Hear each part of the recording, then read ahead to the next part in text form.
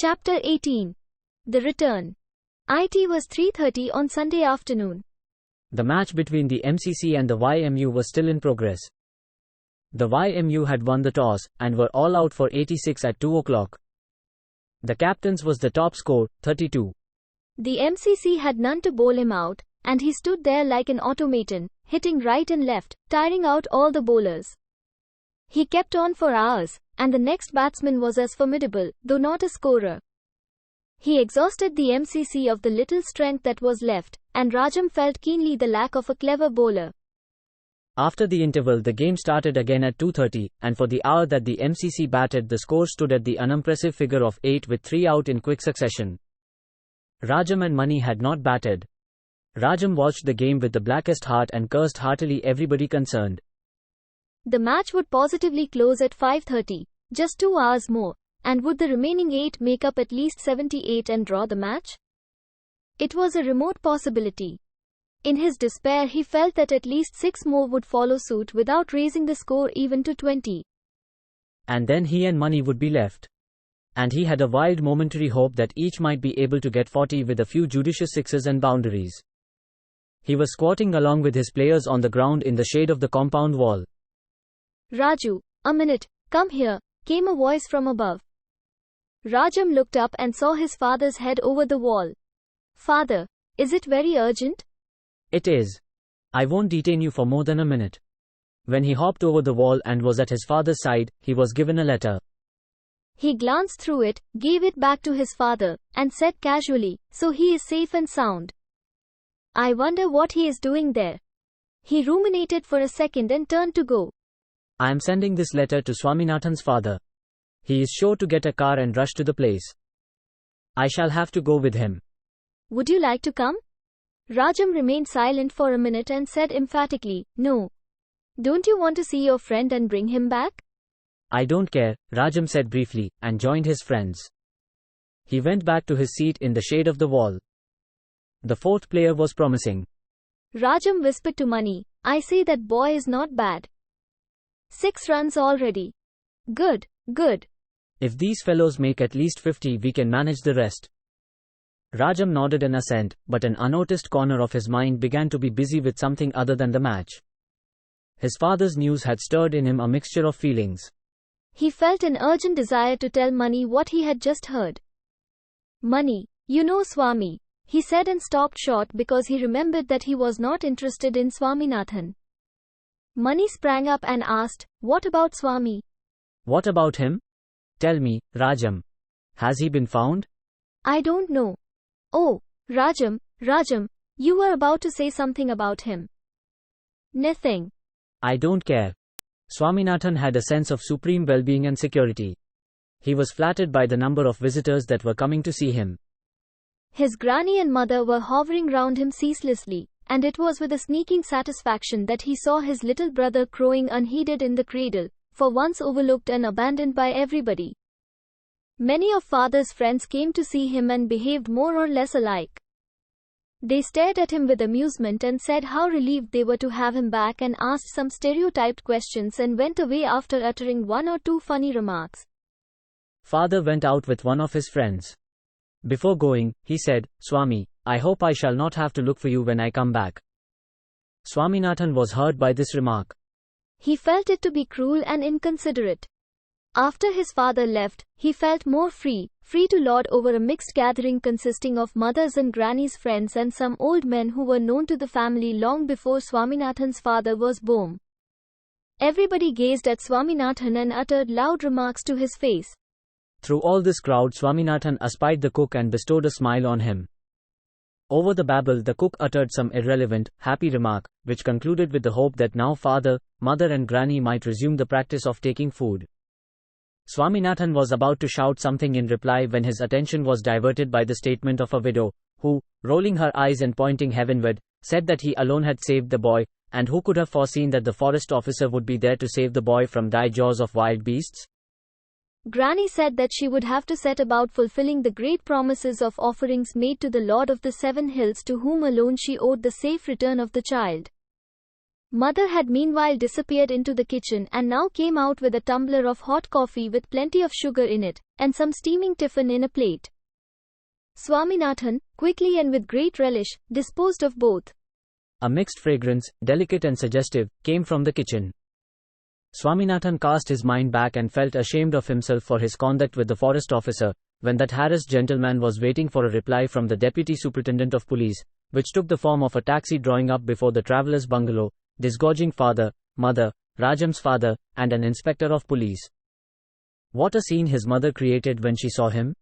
He had at first feared that Rajam's father and the inspector were going to handcuff him. What a fine man Rajam's father was! And how extraordinarily kind his own father was. So much so that, 5 minutes after meeting him, Swaminathan blurted out the whole story, from his evasion of drill classes to his disappearance, without concealing a single detail. What was there so funny in his narration? Everybody laughed uproariously, and mother covered her face with the end of her sari and wiped her eyes at the end of every fit of laughter. This retrospect was spoiled by one memory.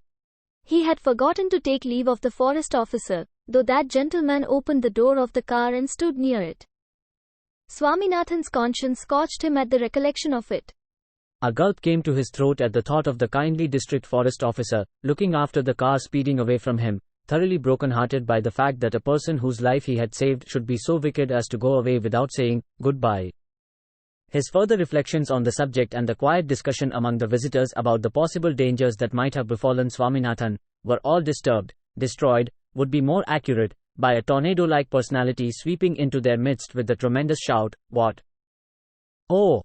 Swami!" The visitors were only conscious of some mingled shoutings and brisk movements, and after that both Swaminathan and Mani disappeared from the hall. As they came to a secluded spot in the backyard, Mani said, "I thought you were dead or some such thing." I was, nearly. What a fool you were to get frightened of that headmaster and run away like that. Rajam told me everything. I wanted to break your shoulders for not calling me when you had come to our school and called Rajam. I had no time, Mani. Oh, Swami. I am so glad to see you alive. I was very much troubled about you. Where were you all along? Really can't say. I don't know where I was. Where? He recounted in this style his night of terrors and the subsequent events. Have I not always said that you were the worst coward I have ever known? You would have got safely back home if you had kept your head cool and followed the straight road. You imagined all sorts of things. Swaminathan took this submissively and said, "But I can't believe that I was picked up by that cartman." I don't remember it at all. Mani advised, if he happens to come to your place during Deepavali or Pongal festival, don't behave like a niggard. He deserves a bag of gold. If he had not cared to pick you up, you might have been eaten by a tiger. And I have done another nasty thing, Swaminathan said. I didn't thank and say goodbye to the forest officer before I came away. He was standing near the car all the time. If he was so near, why did you seal your mouth? I didn't think of it till the car had come halfway. You are a very careless fellow. You ought to have thanked him. Now what shall I do? Shall I write to him? Do. But do you know his address? My father probably does. What will you write? Just tell him, I don't know. I shall have to ask father about it. Some nice letter, you know. I owe him so much for bringing me back in time for the match. What are you saying? Mani asked. Are you deaf? I was saying that I must ask father to write a nice letter, that is all. Not that. I heard something about the match. What is it? Yes. Are you mad to think that you are in time for the match? Asked Mani. He then related to Swaminathan the day's encounter with the YMU and the depressing results, liberally explaining what Swaminathan's share was in the collapse of the MCC. Why did you have it today? Swaminathan asked weakly. Why not? But this is only Saturday. Who said that? The forest officer said that this was only Saturday. You may go and tell him that he is a blockhead, Mani retorted. Swaminathan persisted that it could not be Sunday, till Mani threatened to throw him down, sit on his body, and press his entrails out. Swaminathan remained in silence, and then said, I won't write him that letter. He has deceived me. Who? The forest officer. And what does Rajam say about me? Rajam says a lot, which I don't wish to repeat. But I will tell you one thing. Never appear before him. He will never speak to you. He may even shoot you on sight. What have I done? Asked Swaminathan. You have ruined the MCC. You need not have promised us, if you had wanted to funk. At least you could have told us you were going away. Why did you hide it from Rajam when you saw him at our school? That is what Rajam wants to know. Swaminathan quietly wept, and begged Mani to pacify Rajam and convey to him Swaminathan's love and explanations. Mani refused to interfere. You don't know Rajam. He is a gem. But it is difficult to get on with him. With a forced optimism in his tone, Swaminathan said, he will be all right when he sees me.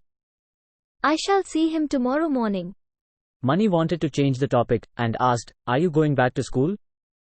Yes, next week. My father has already seen the headmaster, and it seems things will be all right in the school. He seems to have known everything about the board school business. Yes, I and Rajam told him everything. After all, I shall have to go back to the board high school. Father says I can't change my school now.